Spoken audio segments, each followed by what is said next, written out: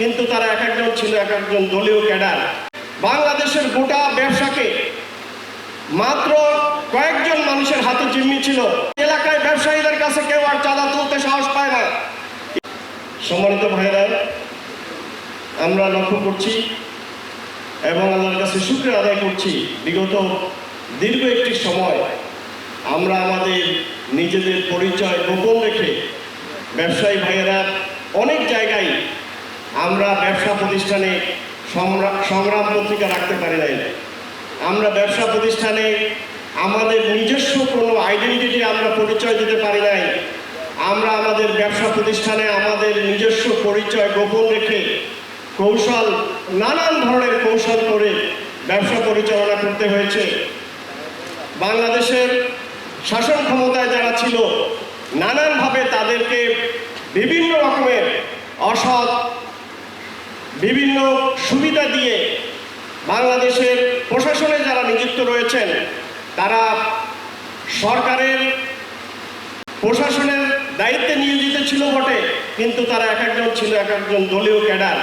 তারা সেই দলীয় আচরণের মধ্যে দিয়ে আমাদের বিভিন্ন পর্যায়ের ব্যবসা প্রতিষ্ঠানকে ক্ষতি করেছে। সংক্ষেপে যদি আমি বলি যে বাংলাদেশের গোটা ব্যবসাকে মাত্র কয়েকজন মানুষের হাতে জিম্মি ছিল। আমরা এটাও জানতে পেরেছি বাংলাদেশের কয়েকজন ব্যবসায়ী নেতাকে আমাদের সাবেক প্রধানমন্ত্রী, ফ্যাসিস্ট সরকারের প্রধানমন্ত্রী শেখ হাসিনা তার নিজস্ব কোষাধ্যক্ষে পরিণত করেছিলেন এবং এই কোষাধ্যক্ষদের মাধ্যমে বাংলাদেশের সকল অর্থনৈতিক ব্যবস্থাকে ধ্বংস করে দিয়ে তারা দেশের বিশ্বের বিভিন্ন জায়গায় তারা তাদের সম্পদ গড়ে তুলেছেন। আজকে আমরা অত্যন্ত আশ্চর্যের সাথে লক্ষ্য করছি এক একজন মন্ত্রীর কানাডায়, লন্ডনে 360টা বাড়ি পাওয়া যাচ্ছে। এর চেয়ে লজ্জাজনক, দুঃখজনক একটা দেশের অর্থনীতির জন্য আর কিছু হতে পারে না। আমাদের বিশ্বাস করতে কষ্ট হয় যে ওদের এত পরিমাণ সম্পদ তারা দেশ থেকে তারা পাচার করে দিয়ে আমাদের দেশকে একেবারে পঙ্গু করে দিয়েছে। সম্মানিত ভাইয়েরা, মেহমানবৃন্দ বক্তব্য রাখবেন। আমি শুধু একটা পয়েন্টে ব্যবসায়ীদের কাছে আহ্বান জানাতে চাই, আসুন এখন একটি সময় এসেছে আমাদের, আমরা যে যেই সেক্টরে ব্যবসা করি ওই সেক্টরে আমাদেরকে সংগঠিত হতে হবে। আমরা অত্যন্ত আনন্দের সাথে লক্ষ্য করছি এখন বাংলাদেশ জামাত ইসলামের ব্যানারে যেই সমস্ত এলাকায় ব্যবসায়ীরা সংগঠিত হয়েছে সেই সমস্ত এলাকায় ব্যবসায়ীদের কাছে কেউ আর চাঁদা তুলতে সাহস পায় না। ইতিমধ্যেই আমরা লক্ষ্য করেছি 5 তারিখ শেষ হতে না হতেই আরেকটি গ্রুপ আমাদেরকে আবার বিভিন্নভাবে তারা নানানভাবে আমাদেরকে হয়রানি করার চেষ্টা করছে।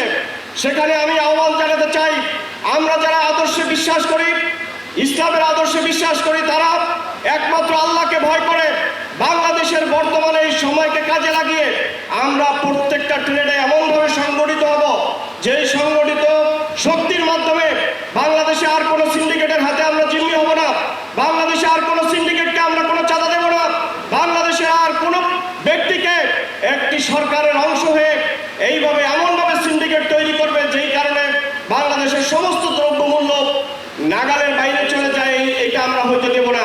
সম্মানিত ভাইয়েরা, আমি আহ্বান জানাতে চাই, আসুন যে যেখানে আছেন সেখানে আপনার ট্রেড ভিত্তিক জামাত ইসলামের সংগঠনকে এমনভাবে সংগঠিত করবেন যেন আমাদের দিকে ফিরে তাকাতে কেউ সাহস না পায়।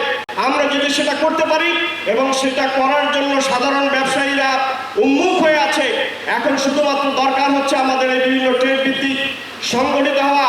সুতরাং আমরা চাই আমরা বাংলাদেশকে একটি চাঁদাবাজ মুক্ত, একটি সন্ত্রাস মুক্ত, একটি সিন্ডিকেট মুক্ত ব্যবসা করে তুলব। আমরা সেই প্রত্যাশা ব্যক্ত করে সকলকে ধন্যবাদ জানিয়ে আমার কথা শেষ করছি। আল্লাহ হাফেজ।